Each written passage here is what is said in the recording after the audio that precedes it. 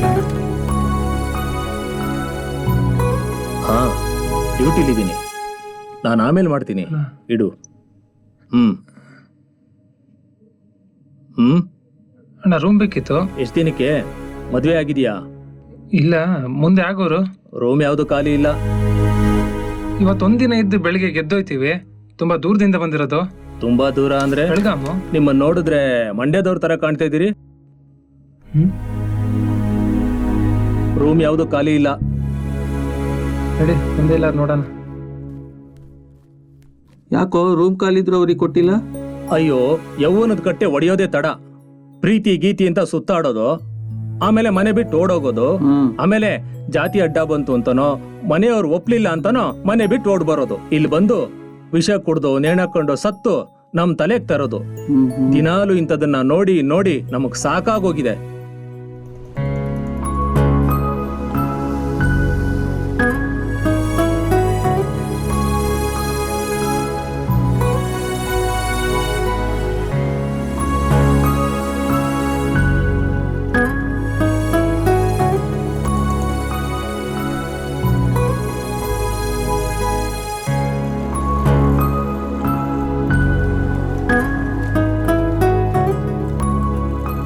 ಇಲ್ವಂತೆ. ನಡಿ ಹೋಗೋಣ. ನಾನು ಬೆಳಗ್ಗೆಯಿಂದ ಕೇಳ್ತಾನೆ ಇವ್ನಿ, ಬೆಂಗಳೂರಿಗೆ ಯಾಕೆ ಕರ್ಕೊ ಬಂದೆ ಅಂತ ಹೇಳ್ತಾನೆ ಇಲ್ಲ. ಯಾಕೆ ಅಂತ ಹೇಳು. ನೀನ್ ಬಾ, ಈಗಲೇ ಹೇಳು. ಹೇಳ್ತೀನಿ ಬಾ. ಅಲ್ಲೆಲ್ಲಾದ್ರೂ ಕೂತ್ಕೊಂಡ್ ಮಾತಾಡೋಣ.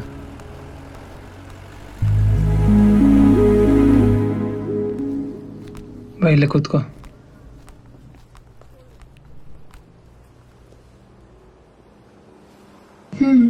ಹೇಳಿವಾಗ ಹೆಂಗಪ್ಪ ಹೇಳೋದು? ನಮ್ಮ ಮನೇಲಿ ಹುಡುಗಿ ಹುಡುಕ್ತಿದ್ದಾರೆ. ನಂಗಿಷ್ಟ ಇಲ್ಲ. ಅದಕ್ಕೆ ಒಂದ್ ಕೆಲ್ಸ ಮಾಡೋಣ. ಏನು? ನಾವಿಬ್ರು ಮದ್ವೆ ಆಗ್ಬಿಡೋಣ.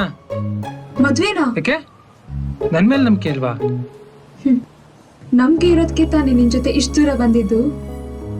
ಅಷ್ಟಕ್ಕೂ ನಿನ್ನ ಯಾವತ್ತಿಂದ ಪ್ರೀತಿ ಮಾಡೋಕ್ ಶುರು ಮಾಡೋದ್ನೋ ಅವತ್ತಿಂದ ಗಂಡ ಅನ್ಕೊಂಡಿವ್ನಿ. ಇನ್ನ ಬದುಕು ಅಂತ ಇದ್ರೆ ಅದು ನಿನ್ ಜೊತೆನೆ. ಸರಿ ನಡಿ, ಯಾವ್ದೋ ದೇವಸ್ಥಾನದಲ್ಲಿ ಮದ್ವೆ ಆಗೋಣ. ಸರಿ ಬಾ, ಹೋಗ್ತಾ ಹಂಗೆ.